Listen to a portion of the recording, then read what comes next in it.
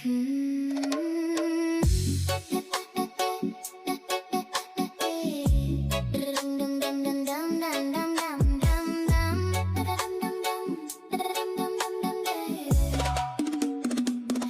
ុំនឹងធ្វើដំណើរទៅគ្រប់ទីកន្លែងនាំក្តីស្រឡាញ់ទៅគ្រប់បេះដូងខ្ញុំមានអ្វីៗគ្រប់យ៉ាងគ្រប់គ្រាន់ជីវិតនេះពោពេញដោយសុភមង្គល